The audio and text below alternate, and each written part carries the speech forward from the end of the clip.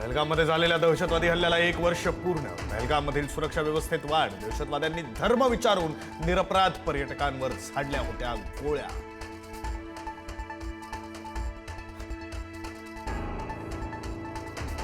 राज्यातील 17 लाख सरकारी आणि निमसरकारी कर्मचारी आजपासून बेमुदत संपावर. सुधारित राष्ट्रीय निवृत्तीवेतन योजना अंमलबजावणी त्वरित लागू करण्याची मागणी. सरकारनं संप बेकायदेशीर ठरवला.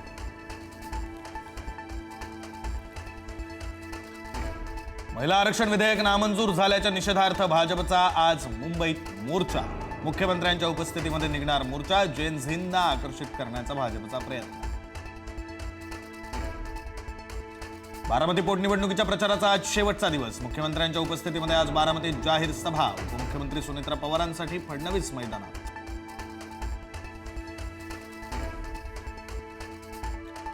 बच्चू कडू यांना शिवसेनेकडून विधान परिषदेची ऑफर. मुंबईमध्ये बच्चू कडू आणि एकनाथ शिंदेंची भेट झाल्याची माहिती.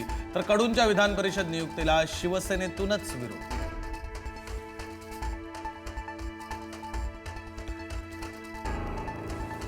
बनावट कागदपत्रांच्या आधारे शासकीय सदनिका लाटल्याप्रकरणी राष्ट्रवादीचे नेते माणिकराव कोकाटेंसंदर्भात आज सुप्रीम कोर्टात सुनावणी. कोकाटेंवर अपात्रतेची टांगती तलवार काय?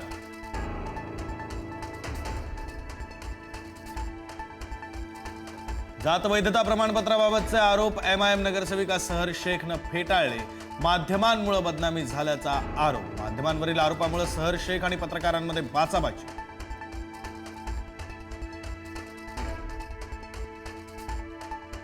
बोंदुखरातच्या कोट्यवधींच्या संपत्तीवर ईडीची टाच घेणार असल्याची माहिती.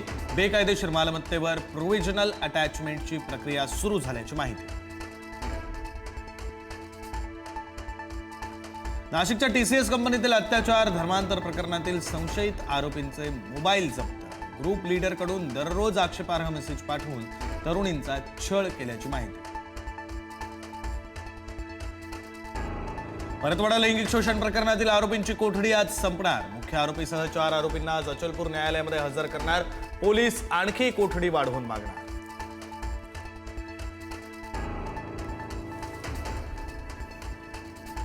राज्यात आजपासून विजांच्या कडकडाटासह वादळी पावसाची शक्यता. मध्य महाराष्ट्र, मराठवाडा आणि विदर्भाला 24 एप्रिलपर्यंत पावसाचा येलो अलर्ट.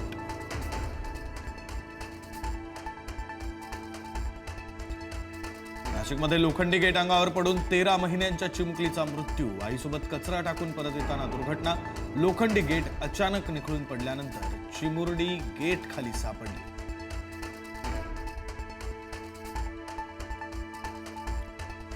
ऑलिम्पिकवीर खाशाबा जाधव यांच्या पद्मविभूषण बाबत 4 मे पूर्वी निर्णय घ्या. कोल्हापूर सर्किट बेंचचे केंद्र सरकारला आदेश. निर्देश तर राज्य शासनाला आवश्यक ते सर्व सहकार्य करण्याची सूचना.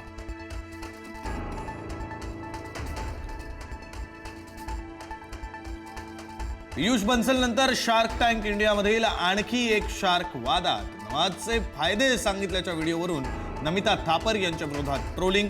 नमिता थापर यांनीही ट्रोलर्सना सुनावलं.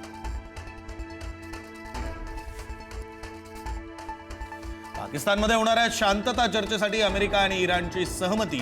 अमेरिकेचे उपराष्ट्राध्यक्ष JD व्हॅन्स आज इस्लामाबादमध्ये पोहोचणार. युद्धविराम संपण्यास अवघे काही तास शिल्लक.